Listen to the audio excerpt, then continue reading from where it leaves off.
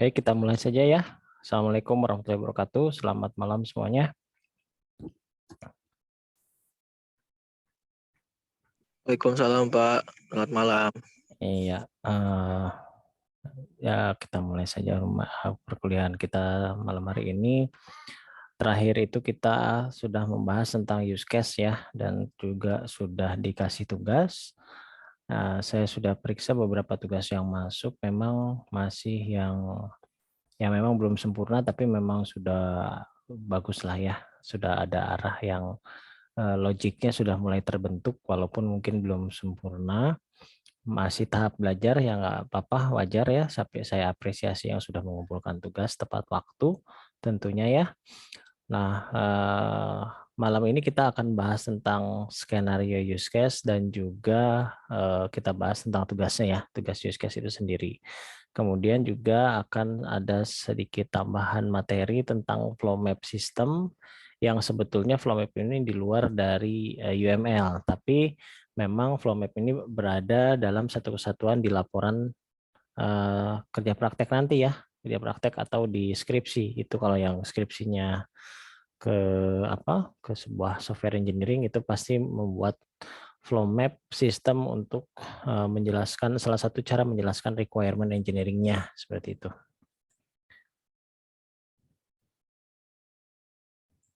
Oke, kita mulai saja. Ini sebenarnya materi kita sekarang, namun oh ya saya lupa nih, harusnya jangan kesini dulu ya. Saya akan bahas dulu tugasnya ya. Tugasnya itu yang kemarin itu adalah membuat use case sistem informasi tentang perpustakaan ya. Oke, saya sudah buatkan draftnya. Ini saya langsung aja sedikit jelaskan. Mudah-mudahan bisa dimengerti. Kalau misalnya tidak dimengerti, silahkan tanyakan langsung ya. Oke, nah ini soal kemarin itu kan sebetulnya tentang ini ya, buatlah use case sistem informasi perpustakaan, ya kan ya, yang meliputi pendaftaran anggota, pengolahan data buku, peminjaman buku, dan pengembalian buku. Nah, sebetulnya proses pengerjaannya dimulai dari sini, ya, dari kata-kata yang ada di sini, ya. Ada sistem meliputi pendaftaran anggota, begitu. Berarti di sini ada aktivitas pendaftaran anggota yang berinteraksi dengan sistem. Lalu di sini ada pengolahan data buku. Oke, pengolahan data buku. Pengolahan data buku nggak mungkin dilakukan oleh anggota. Berarti di sini ada admin ya. Lalu ada peminjaman buku. Tentunya meminjam buku itu juga ada interaksinya dengan admin. Dan terakhir adalah pengembalian buku. Nah, di pengembalian buku tentunya juga sama ya. Ada interaksi dengan admin itu sendiri.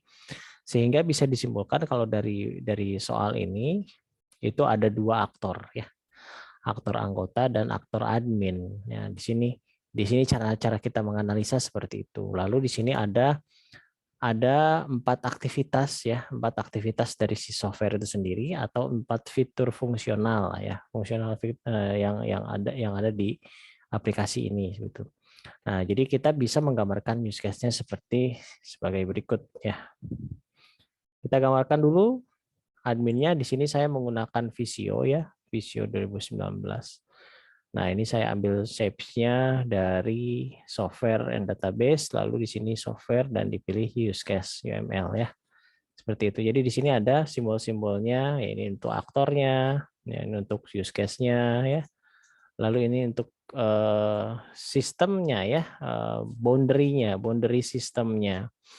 Lalu ada juga di sini asosiasi ya, tentang asosiasinya. Ya, ada asosiasi, lalu di sini ada asosiasi yang satu arah. Ada juga di sini yang panah tertutup, ini disebutnya apa namanya? Turunan ya, turunan, use case turunan atau aktor turunan bisa dibuat dari asosiasi menggunakan panah ini. Lalu ada include. Nah, include ini adalah use case yang dilakukan, yang wajib dilakukan sebelum melakukan use case yang lain. Lalu di sini ada extend. Nah, extend itu adalah opsional, bisa dilakukan, bisa tidak. Nah, ini semuanya ada. Nah, kalau misalnya nanti gitu ya, pas waktu pembuatan untuk UTS ya, untuk UTS kan kita bikin software engineering yang kemarin juga sudah saya share soalnya, silahkan sudah mulai dikerjakan ya. Sudah mulai dikerjakan dari mulai analisis latar belakangnya, analisis software engineering analisis batasan masalah ya, lalu tujuan dan sebagainya itu sudah mulai dibuat ya, dicicil. Karena pengumpulannya minggu depan dan tidak boleh terlambat ya, karena saya di sini kita dihimbau untuk menggunakan Wastu digital ya, Wastu digital. Berbeda dengan Google Classroom. Kalau Google Classroom itu terlambat mungkin masih bisa ngumpulin. Kalau Wastu digital nggak bisa. Kalau terlambat ya dianggapnya tidak mengumpulkan, dan itu sudah terintegrasi dengan sistem. Nah, sehingga hati-hati nanti ketika pengumpulan sistem sebaiknya jangan mepet-mepet di akhir-akhir jam ya. Nah, jadi tetap kasih spare 1 jam sebelum batas akhir pengumpulannya, jangan sampai gara-gara kendala teknis itu gagal upload lah seperti itu. Lalu untuk softwarenya, apakah boleh menggunakan selain Visio? Boleh ya, silahkan menggunakan software apapun untuk penggambarannya. Bahkan kalau untuk Microsoft Word juga kalau bisa silahkan ya, kalau memang bisa membuatnya. Yang penting di sini simbolnya tidak salah ya, simbol-simbolnya salah. Paling beda-bedanya kalau di software lain mungkin dari aktornya ya, aktornya mungkin agak gambarnya nggak kayak gini gitu. Tapi intinya ininya sama, ini harus sama nih ya, si panah-panahnya ini harus sama gitu, karena ini menandakan konsep yang sedang kita bahas gitu seperti apa. Oke, kita kembali ke soalnya ya. Di sini ada sistem meliputi pendaftaran anggota. Oke, sistem meliputi pendaftaran anggota berarti yang ada dalam pikiran kita ada sebuah use case registrasi ya. Ada sebuah use case registrasi. Di mana use case registrasi ini sebetulnya mengurusi urusan dari aktor itu sendiri. Aktor ada 2. Aktor anggota dan aktor admin. Nah, otomatis kalau misalnya registrasinya berupa anggota biasa, ya dia langsung dilakukan interaksi oleh admin ya. Adminnya bisa saja memvalidasi. Nanti tergantung dari penjelasan penjelasan dari proses lebih lanjut dari si use case itu sendiri gitu. Tapi di sini saya asumsikan bahwa seorang admin dan seorang anggota bisa melakukan registrasi. Admin melakukan registrasi tentunya akses untuk admin dibuka oleh admin yang lebih tinggi atau super user ya, seperti itu. Nah, jadi di sini ada 2 aktor, aktor anggota dan aktor admin. Lalu keduanya bisa mengakses use case pendaftaran ya, use case pendaftaran. Nah, si pendaftaran anggota ini use case registrasi gitu ya. Nah, ini akan menghasilkan output berupa username dan password. Nah, username dan password yang akan digunakan untuk login. Nah, login itu digunakan untuk memproteksi dashboard yang ada ya, atau data-data yang ada di dalamnya ya, seperti data bukunya ya, itu diproteksi supaya tidak bisa dipinjam dari luar secara tidak ada validasi ya, seperti itu. Nah, sehingga ketika proses registrasi selesai, terdapat username dan password, otomatis kita kan mau masuk ya. Misalnya kalau bertindak sebagai anggota, dia pasti mau melakukan ya, lihat-lihat daftar bukunya seperti apa, seperti itu ya. Nah, jadi dia harus login. Nah, login baru dia bisa mengakses fitur-fitur yang ada nih, fitur-fitur yang ada. Fitur kelola data buku, peminjaman buku, pengembalian buku, bahkan ada extend untuk perhitungan denda. Karena di sini extend, itu nanti saya jelaskan lagi ya. Dan ada logout. Nah, logout itu bisa diakses apabila login sudah dilalui. Nah, oleh karena itu, kelima use case ini baru bisa digunakan apabila sudah melewati proses login. Nah, sehingga kita akan menggambarkan proses login secara langsung, yaitu tidak tidak tidak diakses secara langsung oleh anggota atau admin ya, tapi dia melalui beberapa fungsinya mau ngapain dulu gini. Fungsinya misalnya untuk pengolahan data buku, oke. Tapi untuk pengolahan data buku dia harus login, makanya di sini ada asosiasi atau ada hubungan ya. Ada hubungan antara si use case kelola data buku dengan use case login. Nah, di mana use case login ini menjadi syarat untuk mengakses kelola data buku. Nah, jadi semuanya yang membutuhkan login ini harus menjadi include kecuali registrasi ya, karena registrasi tidak membutuhkan login, justru registrasi untuk menghasilkan username dan password. Nah, baru nih di sini ada kelola data buku. Kelola data buku di sini juga disingkat. Jadi use case itu sebisa mungkin meringkas gitu, meringkas beberapa kegiatan yang serupa gitu ya, atau yang masih dalam satu ruang lingkup. Contohnya nih, seperti mengelola data buku ya. Nah, berarti yang dikelola itu berupa kegiatan-kegiatan seperti input data, update data, atau merubah statusnya menjadi tidak misalnya bukunya sudah rusak atau segala macam, kita kasih status ya. Nah, itu masuk ke pengelolaan atau mungkin mendelete data bukunya ya. Nah, itu juga bisa termasuk ke dalam aktivitas mengelola data buku. Dan kalau misalnya digambarkan seperti ini, itu adalah berada dalam satu form gitu. Jadi kalau kalau kita bikin program misalnya pakai web aja kan ini online ya. Jadi satu halaman web gitu. Satu halaman web kelola data buku, di situ bisa update, input, update, delete ya. Nah, bisa seperti itu. Nah, jadi sehingga nanti tujuannya untuk pembuatan laporan lebih mudah gitu. Nah, selanjutnya setelah kita membuat ini, kan ini sudah nih berarti kita checklist nih ya, pendaftaran selesai. Pengolahan data buku juga selesai. Berarti selanjutnya ke use case atau aktivitas peminjaman buku dan pengembalian buku. Nah, peminjaman buku ini memerlukan interaksi antara admin dan anggota. Kenapa admin di sebelah sini dan kenapa anggota di sebelah sini? Karena ini adalah aktor utamanya ya, anggota. Lalu di sini aktor keduanya dia merespon dari kegiatan dari aktor ke satu. Jadi kalau yang namanya respon dia berada di sebelah kanan ya. Jadi nggak sembarangan ya naruh anggota atau admin, saya anggotanya pengen di sebelah kiri, enggak juga, ada dasar ya.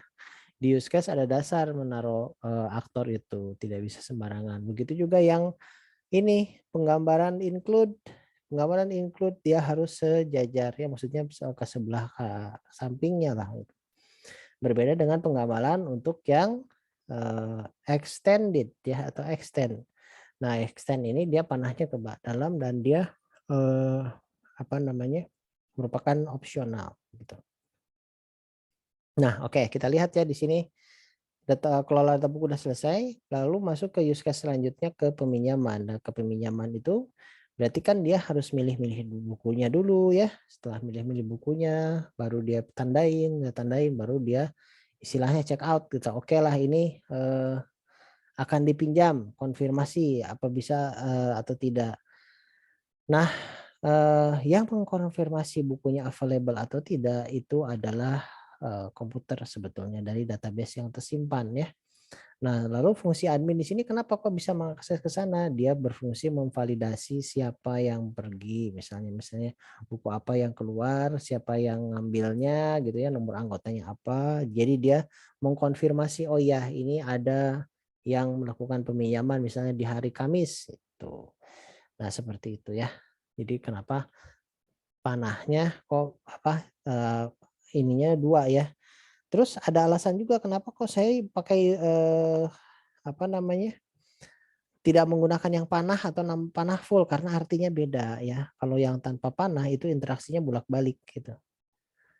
Itu interaksinya bolak-balik. Nah, bolak-balik itu jadi misalnya kalau registrasi kan dia input data terus dia menunggu nanti respon dari sistemnya seperti apa. Sama ya. Nah, jadi untuk yang aksi bolak-balik ya sebaiknya menggunakan ini gitu. Sebaiknya menggunakan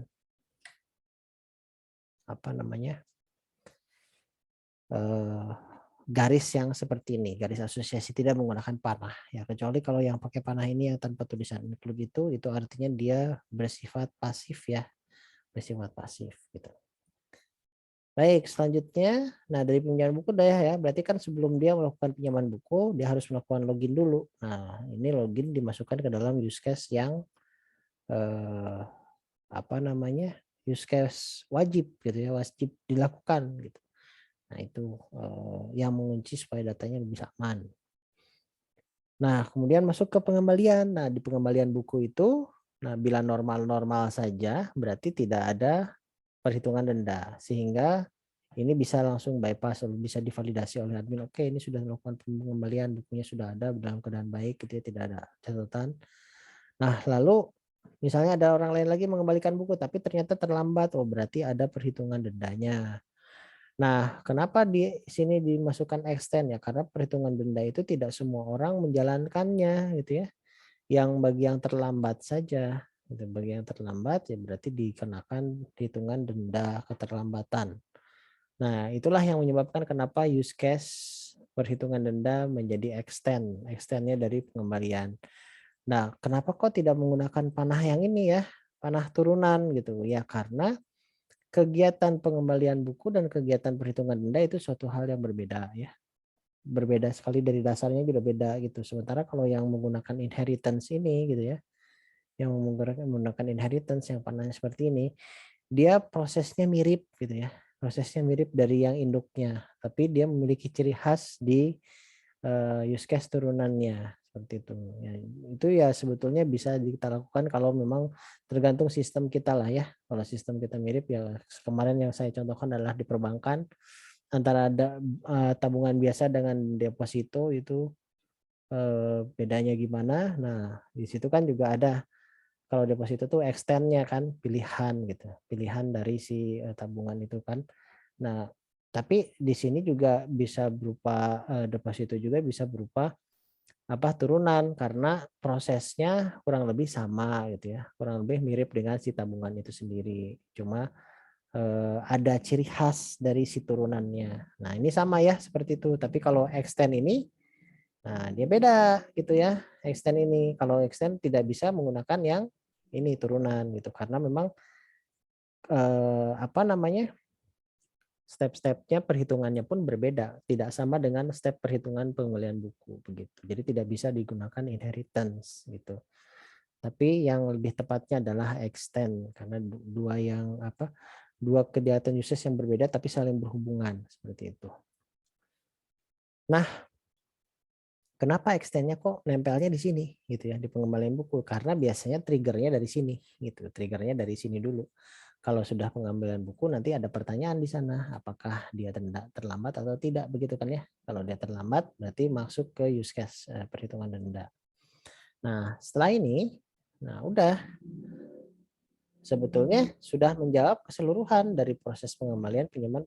Tapi di sini ada satu use case yang harus digambarkan yaitu use case logout yang bisa keluar setelah program itu selesai kita gunakan. Fungsi logout supaya programnya terkunci lagi supaya tidak bisa diakses sembarangan oleh orang lain ya.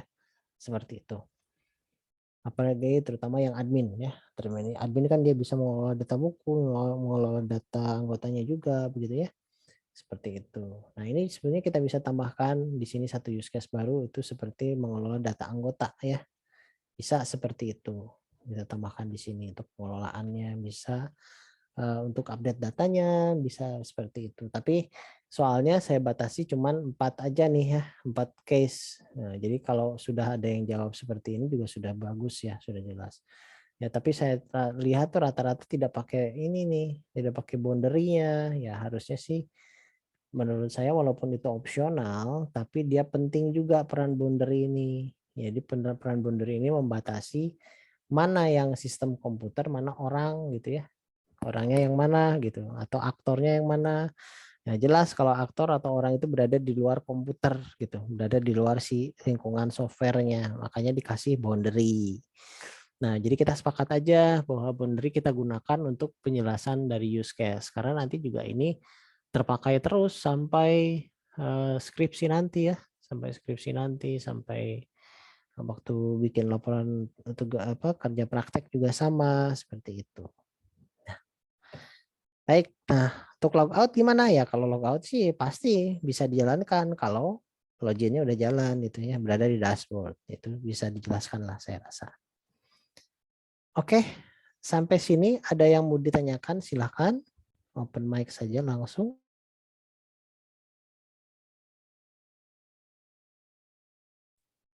Tugas yang sudah saya berikan silakan ada yang mau bertanya dengan penjelasan yang barusan.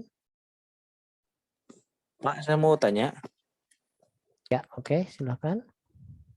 kalau misalkan usage-nya ini banyak, Pak, ini nanti gimana, Pak? Kalau di flowchart kan ada yang simbol lingkaran itu, Pak, ya, tinggal penghubung pakai A atau B gitu. Kalau di use case ini gimana, Pak? Nah, kalau di use case itu sebisa mungkin membuat si beberapa kategori gitu ya, kategori kegiatan yang mirip-mirip itu dalam satu, atau istilahnya dalam satu use case itu terdiri dari beberapa perintah lah ya, lebih singkat, lebih mempersingkat. Cuma kalau memang ternyata banyak sekali, ya itu berarti mau nggak mau kita harus menggambarkannya lebih besar atau menggunakan sistem boundary yang terpisah-pisah gitu. Jadi menggunakan modul gitu ya. Modulnya misalnya, contoh lah, misalnya kalau kayak di sistem sistem yang besar itu, contohnya kalau sistem rumah sakit itu kan besar sekali ya. Di situ ada sistem apoteknya, di situ ada sistem untuk pendataan data dokternya. Nah, kita bisa pecah-pecah use case-nya. Misalnya use case untuk sistem pendataan pasien, misalnya itu satu use case yang berbeda. Nah, terus nanti use case lagi menjelaskan tentang pendataan obat-obatan untuk apotek itu bisa. Nah, itu bisa dipecah-pecah seperti itu, begitu kalau untuk use case. Seperti itu Berarti ya. nggak ada simbol khusus, Pak, ya, untuk Nggak apa ada, namanya, nggak ada memisahkan sebetulnya. gitu. Nah, Jadi tetap harus digambarkan keseluruhan, iya cuman digambarkan. bisa dipecah-pecah seperti itu, Pak, ya. Iya, untuk mempermudah itu dibuat modul-modul ya, terpecah-pecah. Makanya nanti itu tuh berhubungan juga dengan eh, pemilihan itunya, model pengembangan perangkat lunaknya seperti apa gitu, yang Berarti dipecah-pecah. kalau use case di dalam use case juga bisa berarti, Pak, ya. Misalkan sistem A itu ada di dalam sistem B misalkan gitu. Iya, makanya yang membedakannya itu si sistem boundary-nya. Makanya kan kemarin ada ya contoh untuk sistem boundary itu ada sistem dalam sistem. Nah, itu bisa seperti itu. Ya, contohnya yang tadi ya, sistem informasi rumah sakit itu kan boundary-nya keseluruhan tuh software rumah sakit ya. Tapi di dalamnya tuh ada software-software kecil gitu. Nah, itu bisa digambarkan seperti itu di dalam boundaries, ada boundary lagi. Jadi kata-katanya bukan cocok di dalam use case ada use case lagi, nggak bisa sih. Jadi kata-kata yang tepat adalah di dalam boundaries ada boundaries lagi, di dalam sistem ada sistem lagi, seperti itu. Oke, baik, Pak. Terima kasih, Pak. Oke. Ya, ada lagi yang lain yang ingin tanyakan tentang use case? Jadi kalau use case itu kita berpikirnya sesederhana mungkin gitu ya, sesederhana mungkin dari sudut user. Kalau kita mau pikirnya nanti detail banget, itu nanti ada bagiannya setelah use case, nanti kita berbicara tentang activity diagram. Nah, itu kelihatan tuh aktivitas antara aktor dan ininya dan sistemnya gitu, atau dengan aktor yang lain di activity diagram. Nanti lebih detail lagi di sequence. Nah, sequence itu menggambarkan step by step-nya seperti di yang alat yang saya mau perkenalkan ini kayak flowchart. Nah, itu juga sebetulnya bisa lebih detail ya. Tapi kalau di sequence itu malah lebih detail banget karena dia terlihat swim line-nya, prosesnya kemana gitu, itu lebih detail. Jadi use case ini dimulai dari hal-hal yang umum, lalu dipecah-pecah lagi dari satu use case itu menjadi lebih detail lagi penjelasannya di langkah selanjutnya. Nah, itu makanya di UTS itu cuma sampai 3 bab ya, karena baru sampai skenario use case itu saya salah ketik, bukan skenario diagram tapi skenario use case ya. Nah, seperti itu. Ada lagi yang mau bertanya, silahkan sebelum kita lanjutkan materinya.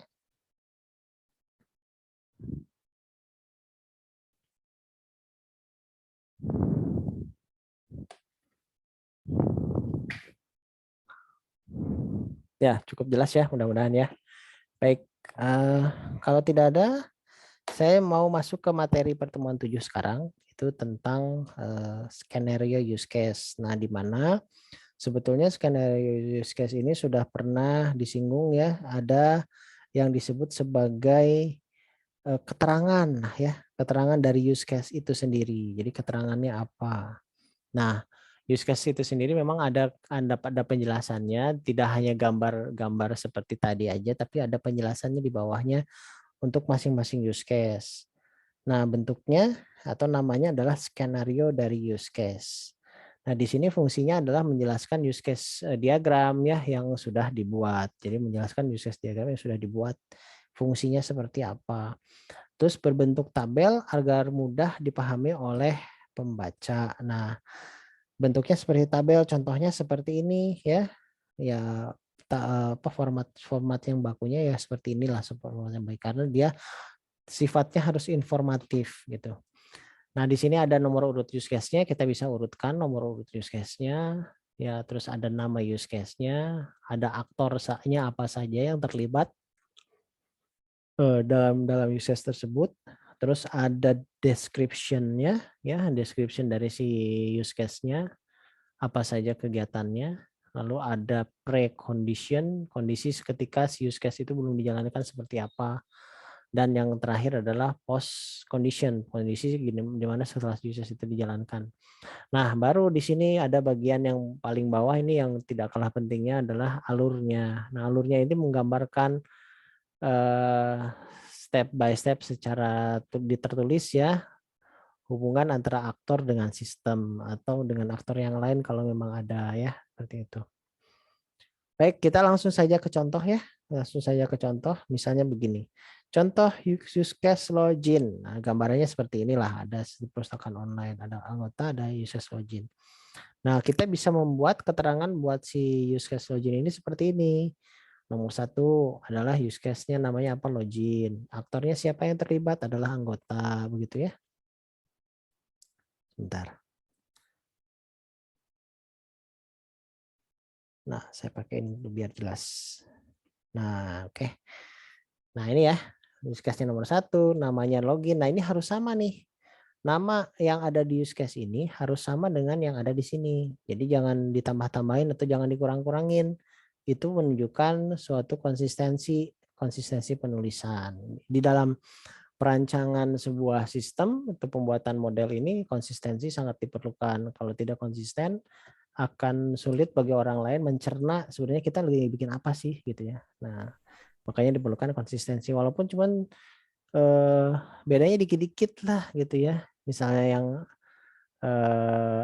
di sini login terus di sini misalnya masuk gitu ya, diterjemahkan ya artinya sama tapi beda gitu ininya, tulisannya beda. Jadi nggak bisa disamakan, itu merupakan prosesnya sama, jadi harus hati-hati. Penulisannya harus sama persis. Aktornya ini sudah jelas, anggota, description-nya. Deskripsinya adalah use case ini tuh mau ngapain gitu ya, kegiatan ini mau ngapain. Nah, si kegiatannya di sini bisa dijelaskan, aktor dapat melakukan login ke dalam sistem untuk menggunakan sistem. Jadi kayak gerbangnya lah, gateway-nya lah ya, gitu. Nah, precondition-nya apa? Nah, precondition-nya adalah di mana aktor sebelum mengakses si use case-nya. Apa kondisinya? Ya, dia berada di halaman login dan untuk mengakses fitur sistem. Jadi awalnya dia baru berhadapan dengan fitur tersebut. Lalu post condition-nya ketika aktor mulai jalankan, sudah selesai prosesnya menjalankan. Nah, apa? Ya, aktor akan berada di dalam dashboard-nya sistem ya. Nah, berada di dashboard-nya sistem. Jadi itu keluaran akhir dari bukan keluaran akhir ya, efek dari si program ini. Karena kan pada dasarnya use case itu dia seperti apa ya, mengikuti input proses output lah seperti itu ya. Inputnya seperti apa, prosesnya seperti apa, outputnya seperti apa. Nah, cuma di sini dijelaskan lebih detail. Nah, kalau di use case itu penjelasannya gambar-gambarnya, simbolnya umum dan sederhana karena memang tujuannya untuk penyederhanaan penjelasan sebuah aktivitas di sebuah software gitu. Nah, kita lanjutkan contohnya. Di sini alurnya seperti apa? Misalnya yang pertama kali anggota akan membuka halaman login misalnya. Buka gitu ya. Lalu sistem responnya gimana ketika membuka login? Dia akan menampilkan halamannya, halaman loginnya. Nah, lalu setelah itu dia input username dan password. Nah, lalu klik tombol login ini sama nih, salah satu perintahnya urutannya berurutan seperti ini. Nah, lalu langkah terakhir adalah validasi. Jika tidak sesuai, kembali ke halaman login. Jika sesuai, maka kembali ke halaman utama. Nah, jadi satu skenario use case itu bisa mewakili ini kegiatannya apa saja gitu. Jadi satu skenario itu seperti itu. Oke, sampai sini ada yang mau bertanya dulu? Silahkan.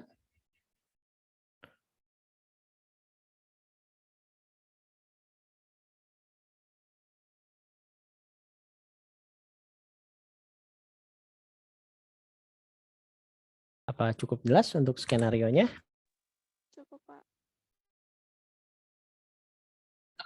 Jelas, Pak.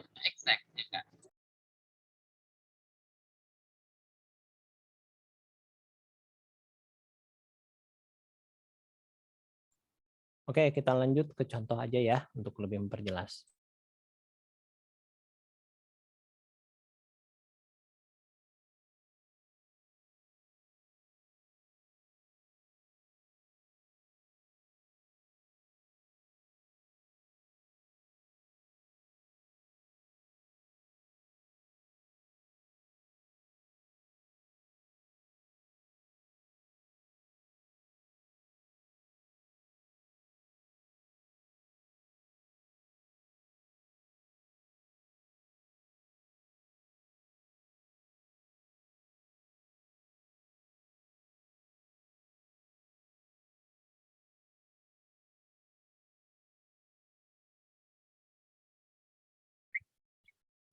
Nah, ini kelihatan ininya screen-nya ada 2 aplikasi yang saya jalankan secara bersamaan.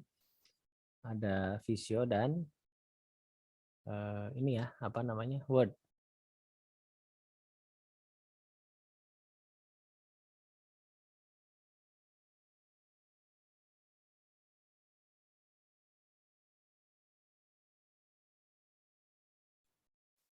Nah, oke.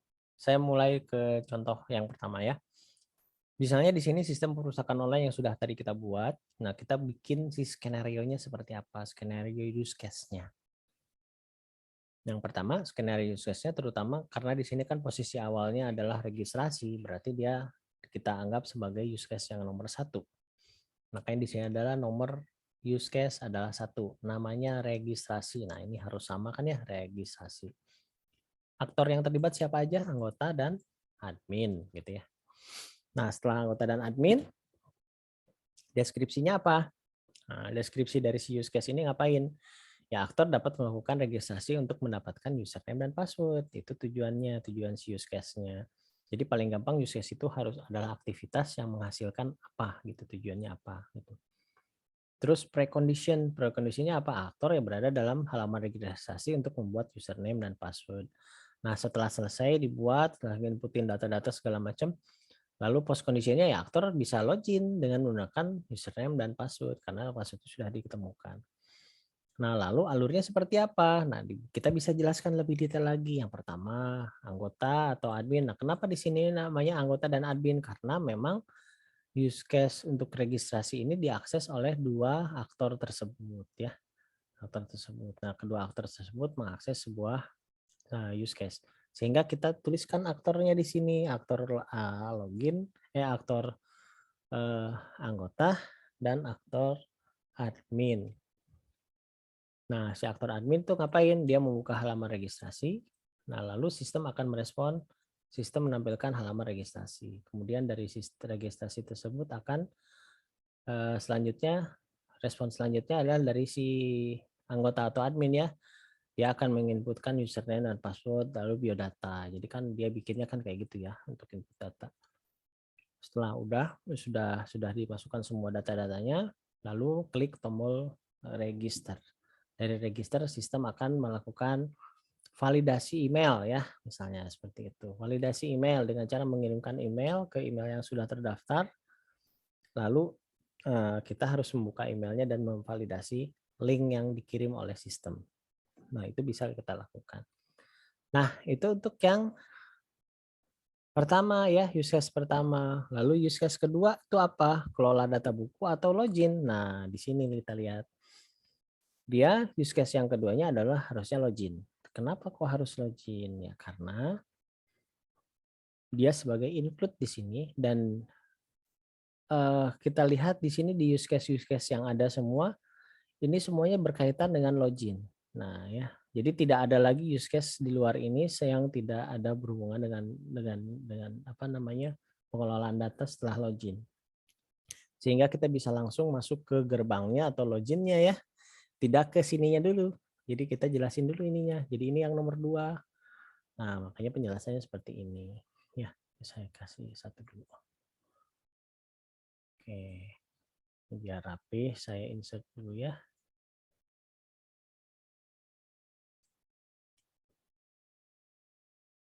Nah, itu ya.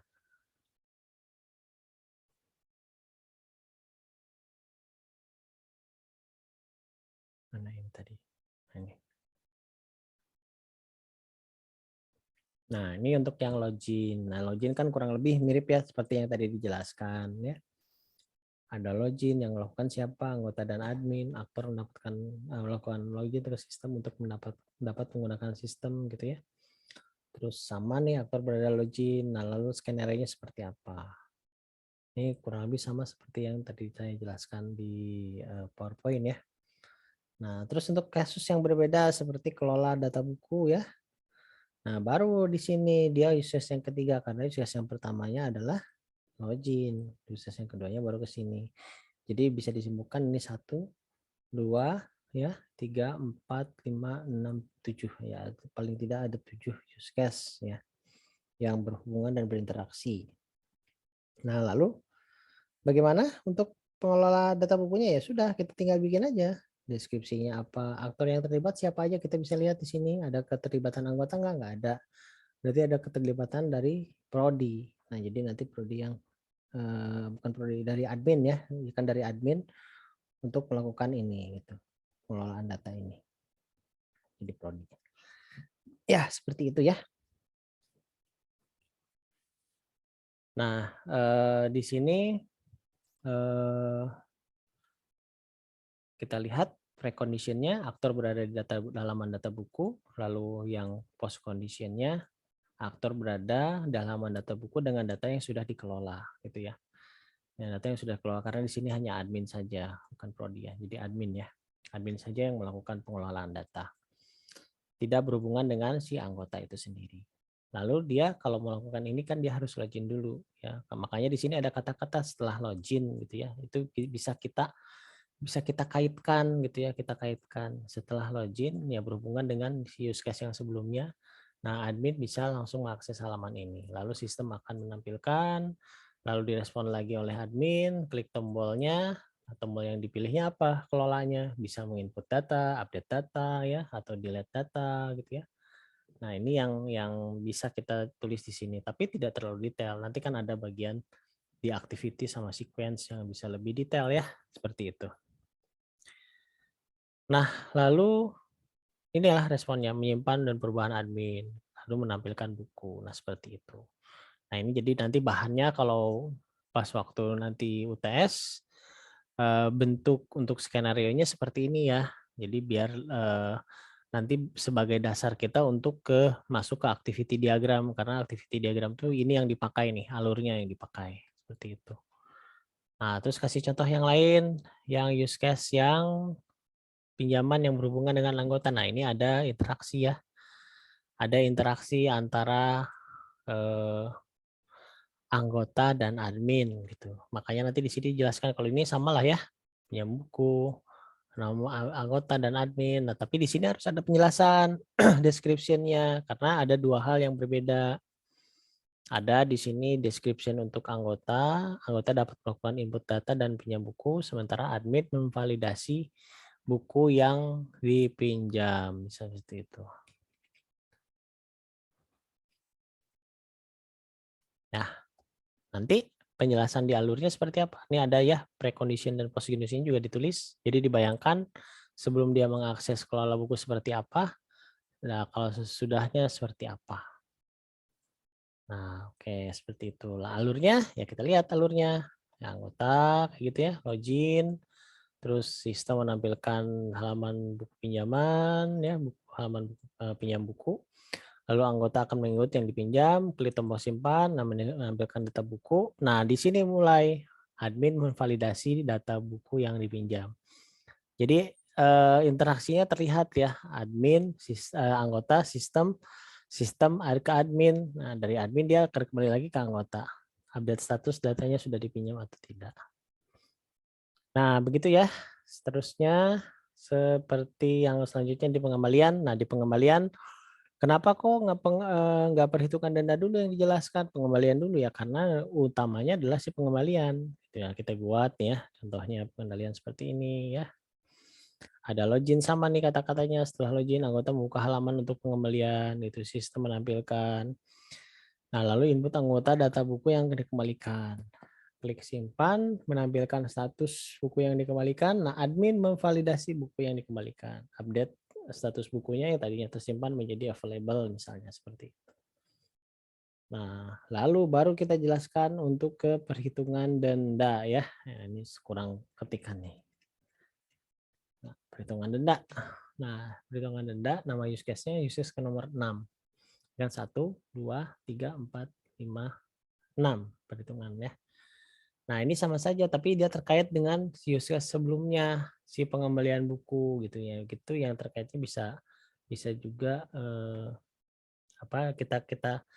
kita tuliskan juga di sini gitu ya. Maaf. Nah, ini kan setelah login karena include-nya terus anggota membuka halaman buku gitu ya. Bentar.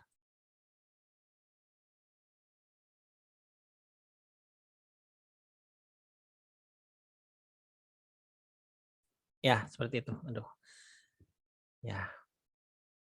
Ini sistemnya kita jelasin dari anggotanya dulu, aktornya anggota, terus sistem, lalu anggota input, udah simpen, lalu ke sistem lagi. Nah, sistem di sini mulai seleksi kondisi apakah dia terlambat atau tidak gitu ya. Nah, kan tanggal pengembaliannya sesuai atau tidak. Nah, kalau tidak sesuai seperti apa. Nah, disinilah posisinya sistem melakukan. Nanti ternyata ada denda nih. Kalau ada denda ya udah anggota membayar denda terus menampilkan status pembayaran denda. Yang 8 admin validasi buku yang dikembalikan dan denda keterlambatan lalu update status dari buku yang masuk itu. Nah, itu saya kasih tahu terakhir ya seperti itu ya. Nah, silahkan ada yang mau bertanya dulu, silahkan. Mau tanya Pak, Boleh. Misalnya Pak, kan di perpustakaan itu misalkan itu cuma ada 2 aktor ya Pak ya? Ya. Ada 2 interaksi. Kalau misalkan ada satu lagi misalkan aktor Pak, jadi tiga aksi gitu, boleh nggak Pak? Boleh, mau 3, mau 4, mau 5 juga boleh. Tapi kita harus tahu dia perannya sebagai apa. Gitu. Misalkan kan itu kan ada anggota ya Pak ya? Anggota, admin staff, admin kan staff ya Pak, sama kepala perpustakaan mungkin Pak nanti kan pasti kan ada setiap itu ada laporan itu Pak per bulannya, misalkan peminjaman terus denda per bulan akumulasi itu berapa gitu Pak, nanti kan ada laporan. Ya betul. Terus? Ada berhubungan dengan itu Pak laporan gitu Pak. Ya, jadi ya contohnya kayak kepala perpustakaan ya, jadi kan ada 3 aktor kan ya. Ya, Pak. Nah, ada 3 aktor. Kita bisa gambarkan di ini saya share lagi ya sebentar. Oh, jadi boleh ya Pak ya? Nggak ada batasan ya Pak ya? Boleh, tidak ada batasan, tapi di sini ada aturannya gitu, ada aturannya di use case itu. Jadi tidak sembarangan kita taruh aktor di sebelah kiri atau di sebelah kanan. Ada aturannya. Jadi penempatan aktor itu sesuai dengan fungsinya gitu ya Pak ya? Betul, fungsinya dari keaktifan si aktor itu sendiri. Jadi gini, kenapa di sini anggota berada di sebelah kiri dan kenapa admin ada di sebelah kanan? Karena sebetulnya aktor di sini anggota itu lebih aktif ya. Jadi disebutnya sebagai kayak aktor utama lah, aktor utama. Sementara admin dia walaupun juga melakukan pengelolaan tapi dia bersifat responsif. Dia bersifat merespon dari aktor yang sebelumnya, anggota gitu ya. Nah, sehingga nanti kalau misalnya ada lagi kepalanya gitu ya, kita bisa taruh lagi di sini. Nah, di sini. Di sini kita misalnya kepalanya.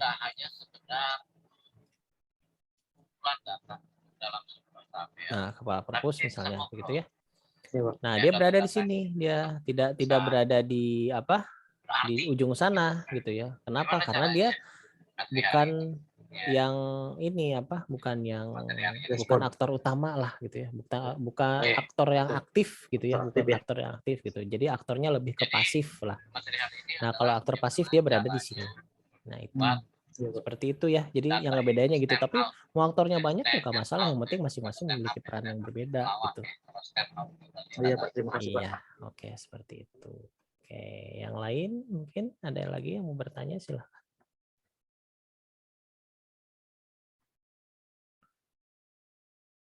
Ada lagi? Mudah-mudahan cukup jelas ya apa yang kita bahas karena ini dasar nanti buat kalian menyusun laporan kerja praktek ya. Kalau nanti buat software, terus juga nanti skripsi. Kalau skripsinya itu membangun sebuah software, baik itu software Android atau software web base, itu pasti berhubungan dengan use case gitu. Nah, jadi benar-benar dipahami dari proses si pembuatan use case itu sendiri ya. Nah, nanti ini kan sudah ada ya, sudah dijabarkan secara detail. Nah, silahkan mulai dicoba dikerjakan UTS-nya. UTS-nya kan sudah saya bagikan soalnya ya.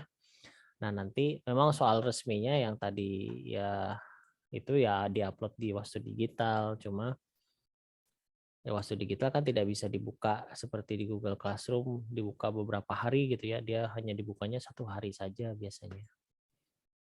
Nah, makanya saya langsung buka aja tadi di grup ya supaya lebih ini apa supaya ketahuan duluan lah gitu ya. Nah, nanti sih bentuk soalnya kayak begini.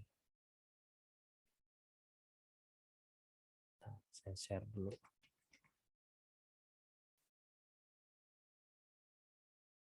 Mana tadi?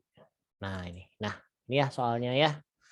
Nah, ini saya jelasin dulu nih untuk pengerjaannya. Ya kan ini sudah mulai jadi batas waktunya udah mulai 1 minggu ya. Isinya apa? Cover yang pertama. Nah, covernya yang kayak kemarin dijelasin ya. Covernya. Nah, ini coba saya buka lagi cover biar semuanya jelas.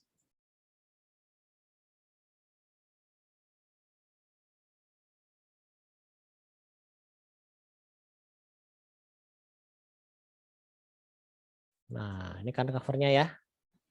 Covernya di sini berisi judul topiknya apa. Nah, ini marginnya sudah menyesuaikan ya. Marginnya kalau misalnya bentuknya kayak gini, ini kita sesuaikan aja seperti yang ada di apa namanya kerja praktek ya, yang ada di apa laporan kerja praktek dan skripsi, yaitu atasnya 3 ya, leftnya sebelah kanannya 4, ini bottomnya 3.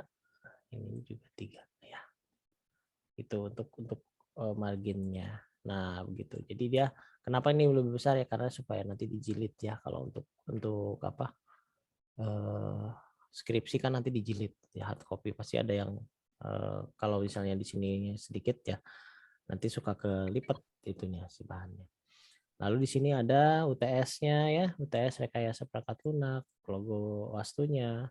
Nah, di sini nih yang penting jangan dilewatin. Di sini oleh siapa, kelompok berapa. Ya, kemarin sudah dibagi kelompok ya dengan topiknya. Di topiknya tinggal ditulis saja di sini. Lalu NIM-nya, namanya ya, itu yang saya perlukan. Nah, ini ke bawah nih. Nah, begitu. Oke. Itu untuk yang si covernya. Nah, lalu untuk yang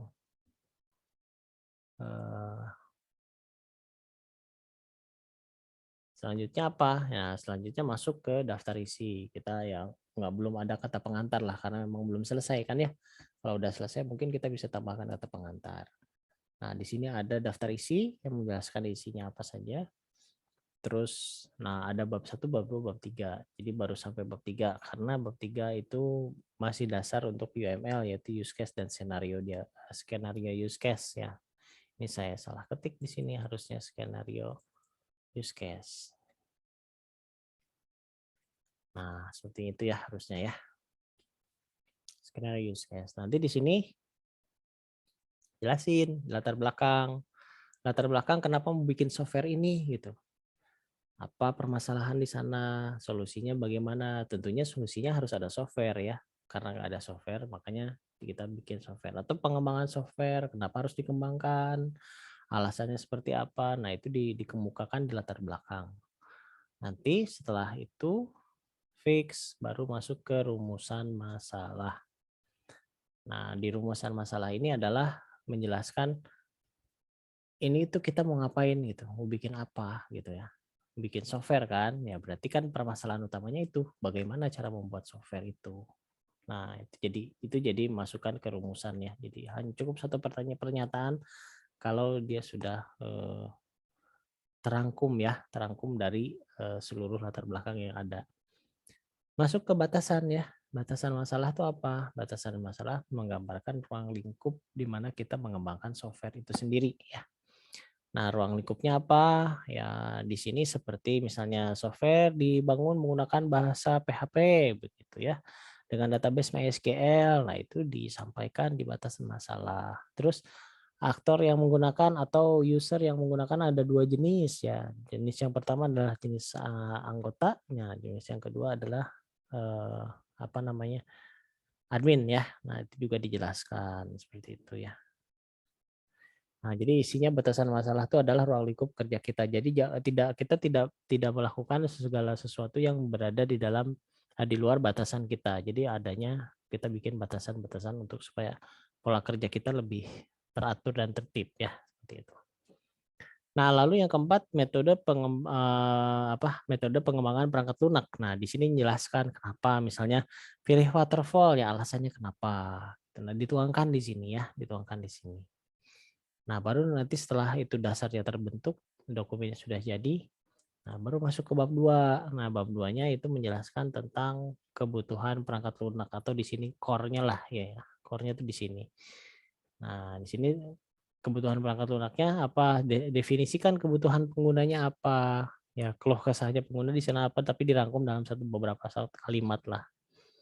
Nah, lalu kemudian yang keduanya kebutuhan perangkat keras hardware. Nah, hardware dalam mengembangkannya bagaimana, terus nanti hardware buat jadinya nanti kayak gimana, silahkan dipaparkan gitu. Terus yang selanjutnya ada kebutuhan fungsional perangkat lunak. Nah, ini yang penting juga, tidak kalah pentingnya. Kalau yang tadinya berhubungan dengan kelistrikan dan mekanik, nah sekarang sudah mulai masuk ke bahasa pemrogramannya, fungsionalnya. Nah, di fungsionalnya itu merupakan fitur-fitur dari software ya. Fitur-fitur dari softwarenya. Apa saja ya, kalau contohnya kayak tadi ya, kalau yang di perpustakaan fiturnya untuk peminjaman buku gitu ya, untuk apa namanya? Apa tadi itu misalnya ya apa pengelolaan data buku, nah seperti itu ya, itu bisa digambarkan. Nah, sebetulnya dengan adanya use case itu sebetulnya bisa mempermudah kita untuk menjelaskan ini fungsional perangkat lunaknya seperti apa. Nah, di mana sebetulnya proses yang terjadi itu harusnya ini dulu ya, kan gathering informasi dulu nih. Gathering informasi, kumpulin informasi, baru dapat fungsional perangkat lunaknya ternyata maunya seperti ini, bisa ngeprint di F4 misalnya, ya bisa ngeprint di A4 kayak gitu. Jadi dia nggak mau setting-setting lagi, bisa kayak gitu. Nah, di sini fungsi perangkat lunaknya.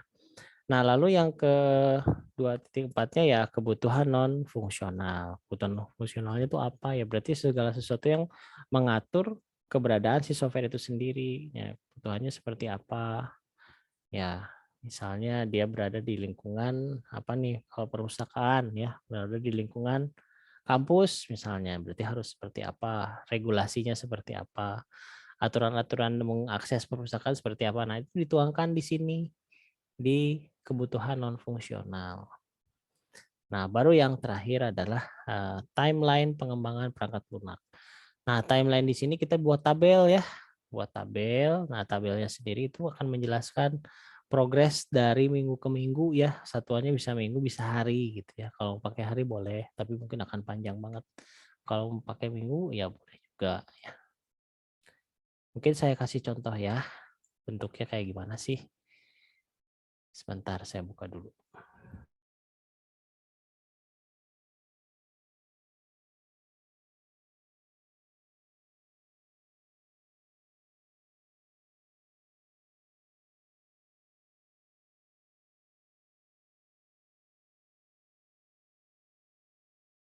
Sebentar ya, sebentar.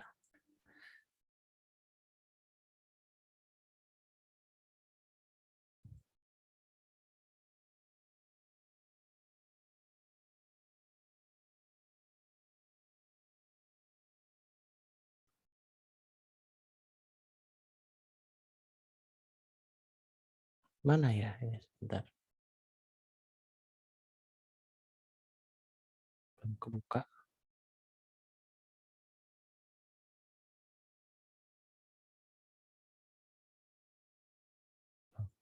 Buka ya.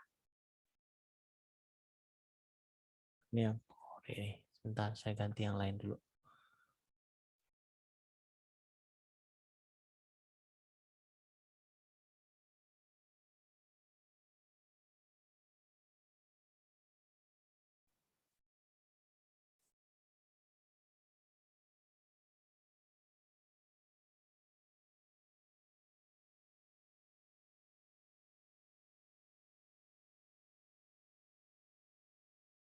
Mana ya? Sebentar, sebentar. Ini seminar. Sebentar ya. Tadi tuh ada, saya kasih contoh, nggak saya pisahin.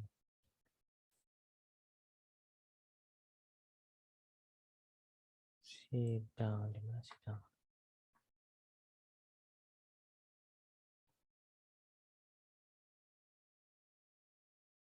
Bukan ini. Duh, sebentar ya, saya cari lagi nih ini ya. Penalti. Oh, maaf. Di tempat ini. Nah, ini dia.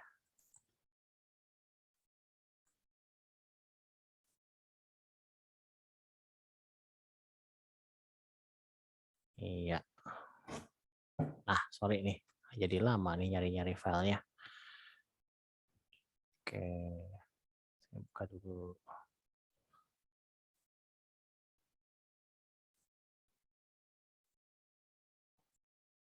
Nah, oke. Planning.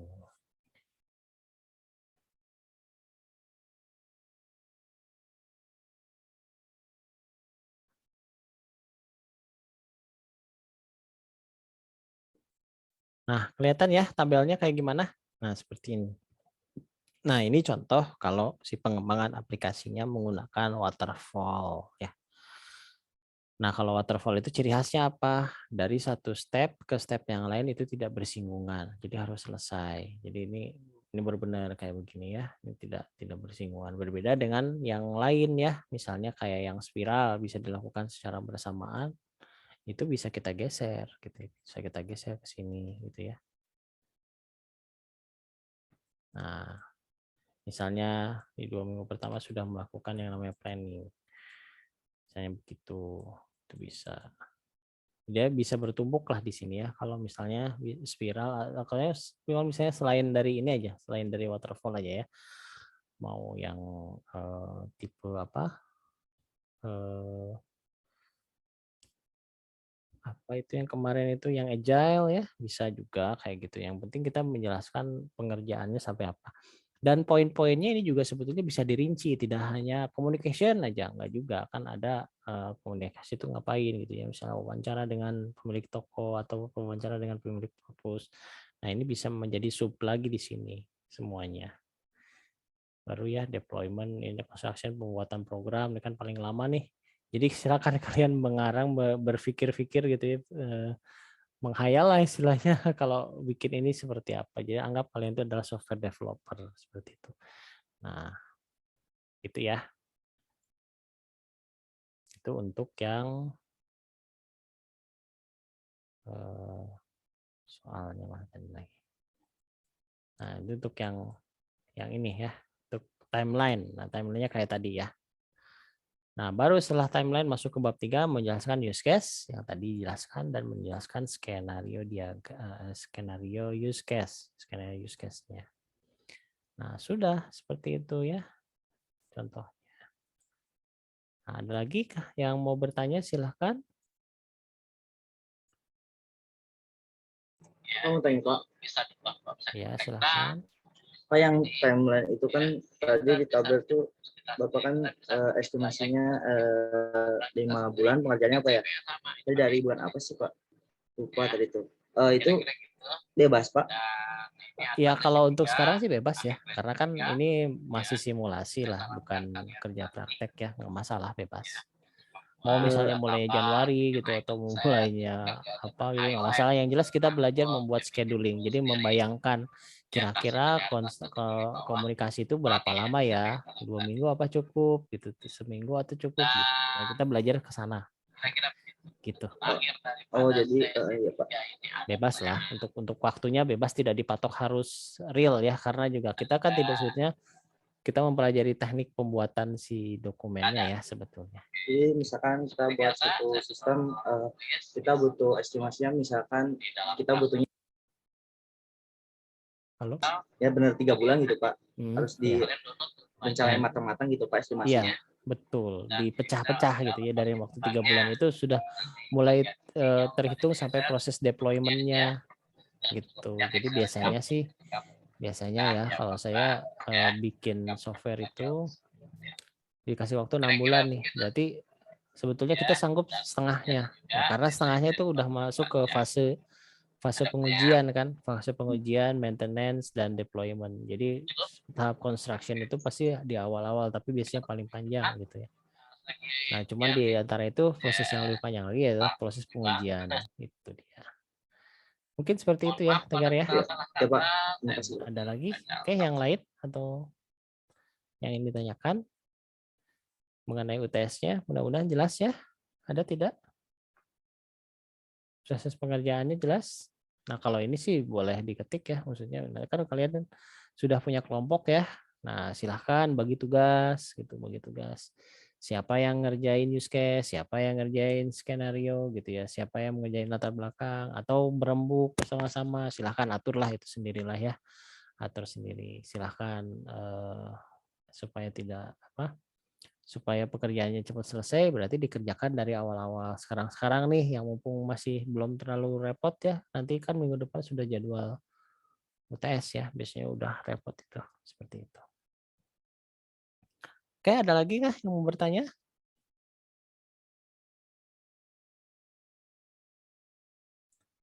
Oke, kalau tidak ada, saya lanjut ya, masih ya, belum selesai materinya. Saya masuk ke materi tambahan ya, tambahan dari pertemuan sekarang, yaitu flow map ya, flow map system. Nah, flow map ini sebetulnya di luar UML ya, tapi perlu saya perkenalkan karena nanti digunakan pas waktu kerja praktek atau skripsi. Nah, flow map itu apa? Flow map itu menggunakan simbol-simbol flowchart ya. Yang di sini fungsinya itu bisa menggambarkan aliran dokumen ya, aliran dokumen dari satu bagian ke bagian yang lain gitu. Terus memodelkan fungsi masukan, keluaran, dan proses ya. Ini juga semuanya menggunakan simbol. Kenapa harus simbol? Ya karena supaya lebih umum bahasanya dan bisa dipahami oleh orang lain ya. Kalau misalnya berupa kata-kata yang seperti soal kemarin ya, itu kan kata-katanya subjektif ke orang-orang Indonesia saja. Tapi kalau misalnya menggunakan simbol ya, itu lebih umum gitu ya, lebih umum, dan ternyata simbolnya pun disepakati dan akhirnya jadilah simbol flowchart atau simbol flow map. Nah, kita lihat sekarang simbol-simbolnya apa saja ya. Nah, seperti ini. Ini yang biasanya sering digunakan ya. Makanya dirangkum seperti ini. Ada simbol ini untuk start atau selesainya. Terus di sini ada data ya, simbol data di sini maksudnya inputan data, input atau output data yang mendefinisikan masukan dan keluaran proses. Jadi di sini jelas ya inputan, tapi berupa inputannya masih berupa umum lah, tapi itu berupa data. Terus display, nah ini ada yang satu fungsi dia ketika kita ketik itu dia hanya menampilkan display, tapi kita memperhatikan, nah ini bisa pakai ini display. Terus ini dokumen, nah kalau dokumennya banyak bisa ditumpuk seperti ini, cukup dari yang pertama aja dikasih nama seperti itu. Nah itu, terus selanjutnya ada proses ya, nih ya, nah ini proses untuk yang terkomputerisasi. Ini keywordnya juga sama yang ya sama yang database ya di sini. Kalau keyboard ini inputan dari keyboard. Nah, terus ini adalah arusnya, arsip dan percabangan. Nah, ini simbol-simbol yang nanti dipelajari, tapi ini nanti kita contoh satu waktu khusus ya, karena pembahasan flow map ini sebenarnya panjang berserta contoh-contoh. Kalau hanya dijelaskan seperti ini mungkin tidak, saya khawatir ya tidak penguasaannya kurang maksimal. Nah, jadi sekarang fokusnya kemana UTS ya, ini jangan dulu lah untuk flow map, ini hanya sebagai informasi tambahan aja. Tetap fokusnya dari use case dan skenario use case ya, sama yang sebelum-sebelumnya tuh kebutuhan fungsional, non fungsional itu harus jelas lah seperti itu. Oke, selesai untuk materinya. Ada yang mau ditanyakan? Silahkan.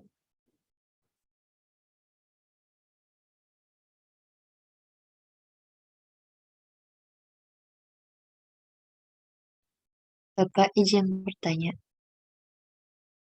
Boleh, silahkan. Dari Anita, silahkan. Nanti kan kalau Bapak pas UTS-nya itu ada presentasinya ya kan Pak? Enggak, kalau UTS enggak ada. Oh nggak ada. Enggak ada, Kirain jadi teh hanya pas dokumen UTS. aja. Iya. Jadi presentasinya itu nanti ketika UAS. Pas UAS. Ya, UAS itu kan nanti Oh. kita ada 3 pertemuan terakhir khusus untuk presentasi sebelum UAS-nya. Begitu. Ya. Nanti kalau pas UAS presentasi itu Live. abisnya kan bikin bikin makalahnya gitu kan Pak? Iya, jadi yang nanti bikin PPT-nya juga nggak Pak? Iya, PowerPoint-nya juga dijelaskan. Pakai PowerPoint lah. Kan menjelaskan dokumennya ya, menjelaskan dokumen software engineering-nya, ya bagusnya pakai PowerPoint boleh. Karena kan nanti live ya. Cuman ya bagusnya pakai PowerPoint karena memang lebih ke inti-intinya aja sih, inti-intinya. Kan nanti saya punya pegang soft copy-nya ya. Nah, sambil dikoreksi lah nanti teknisnya seperti itu. Berarti yang sekarang hanya sampai skenario use case-nya aja Pak? Betul, jadi cuma sampai 3 bab aja ya. Ya sebetulnya mudah sih kalau langsung dikerjakan dari sekarang pasti selesai, 2-3 hari selesai sebetulnya. Jadi yang penting mulai dikerjakan ya, tipsnya sih itu, jadi supaya tidak numpuk di akhir ya. Tapi nanti pengumpulannya pas di hari Rabu ya, ketika si Simak Wastu digitalnya terbuka untuk akses uploadnya. Nah itu, jadi walaupun nanti udah selesai hari Senin ya keep aja dulu, nanti uploadnya nanti ketika hari Rabu. Ya Pak, terima kasih Pak. Siap ya. Ada lagi yang mau bertanya? Silahkan. Apa sudah cukup jelas mengenai use case dan skenario use case?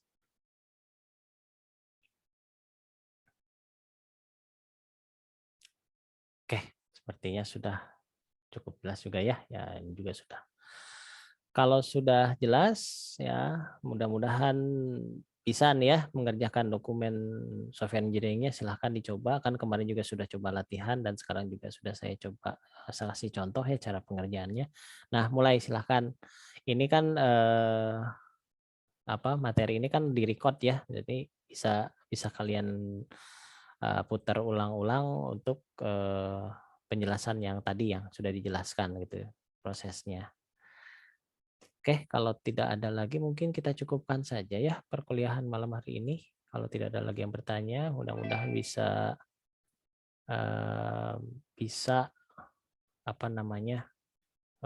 bermanfaat ya untuk nanti ke laporan kerja praktek sama skripsi.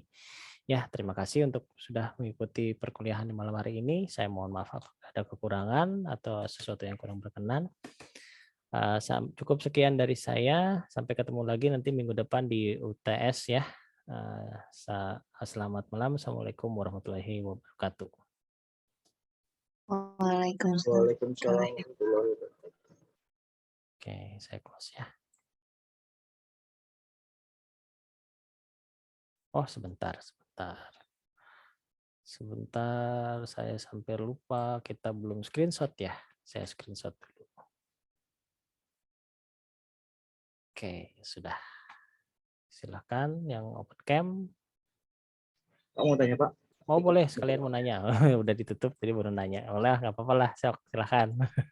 Baru kepikiran. Pas teknis UTS-nya itu sistem absensinya gimana Pak? Kita login Zoom dulu sebentar, ngambil gambar atau gimana Pak? Ya, seperti itu. Jadi untuk berita acara UTS ya, gitu. Ya. Nanti biasalah kan saya bikin linknya dulu, ya screenshot bareng-bareng selesai udah gitu. Masuk, Paling Pak. itu Baik. aja. Oke. Ada lagi? Bentar, saya belum screenshot nih, kelupaan. Mana.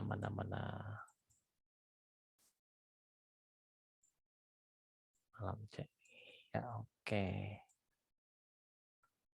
Oke, kita screenshot ya. 1, 2, 3. Oke. Sip, sudah cukup ya. Ini yang masuk sedikitan nih, nggak banyak ya, sekitar 23 orang. Biasanya harusnya banyak nih kelas malam C. Oke, ya sampai ketemu lagi ya minggu depan ya. Assalamualaikum warahmatullahi wabarakatuh. Waalaikumsalam warahmatullahi wabarakatuh.